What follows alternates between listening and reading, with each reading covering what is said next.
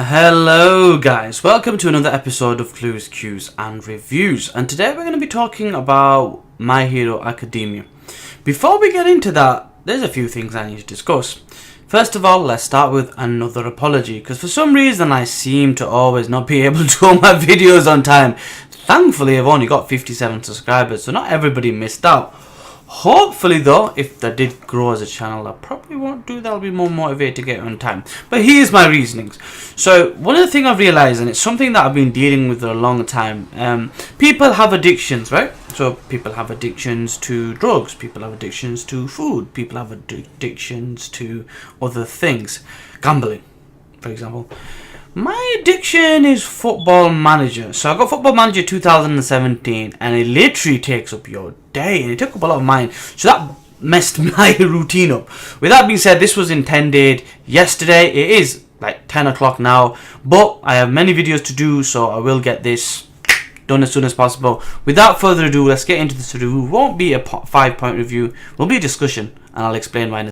So, this chapter had me hype for a few different reasons. First of all, it was a change of pace. Now, when we have a lot of chapters that are focused purely on Izuku, it always makes you wonder what is going on the other side of the coin. What are the villains up to? And this is one of those chapters where we really got to see that. The other chapter was chapter 115, I believe, where we had this big centric chapter based on the villain I keep saying Darby. For some reason, I kept calling his name Darby for a lot of my reviews in the past. But again, thankfully, I don't have that many followers or subscribers right now, so that didn't correct me. But his name is Jin. Twice, so it was based on him. Anyway, this chapter, wow, where do I begin, where do I end? I'll start with what happens and the implications of this, but the ending was cool, but the chapter, the nuts and bolts of the chapter was amazing. Anyway, so Jin, Mr. Twice, or aka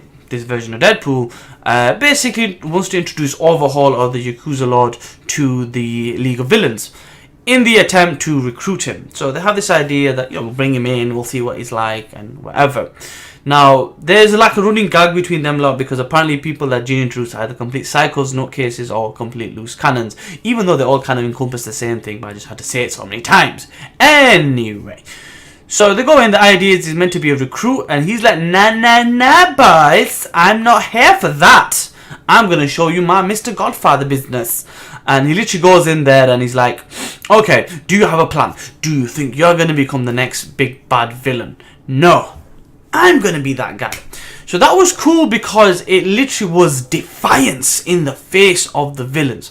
And it was interesting because he actually made a really good point. And the point is quite straightforward. You had all these tools to your advantage and you didn't really use them properly. He's insinuating that if he had those kind of capabilities or those assets, he would do more with them.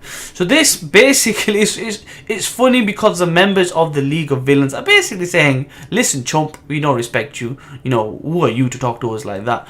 And we got this little thing, you got like a little flashback of Magnus talking about his friend and courage and being able to act. So he acts and he goes to attack, and he literally gets the top half of his body, poof, blown away. He is dead. Next thing you know, the magician that is Mr. Compress goes in there, tries to use his compression technique, poof, the guy's arm has been destroyed. And Jin's like, this is my responsibility, I'm up. And Shigaraki's like, no, don't you dare do that. Just as he steps in, before that scene happens, just as he steps in, he's literally going to blow this kid away. The wall starts crumbling down. His crew is here. So his crew has been following him from the get-go. So they knew this was going to happen. And at the end, he's like, look, cooler heads will prevail. Let yourself calm down and we'll discuss this. What's crazy about this, he's literally destroyed what was remaining, half of what was remaining of the League of Villains. The only people that are left now is Shigaraki, half of Mr. Compress, who's lost an arm, the girl, the crazy girl who can basically enjoy blood. Her name, I've forgotten. I always do that from time to time. I'm really sorry. And basically Jin. Who else have they got? Now, basically what this is showing you is a change of power. The idea is taking the spotlight from the League of Villains, is giving them a credible villain threat, villain versus villain, and it's going to force them to change and evolve their plans.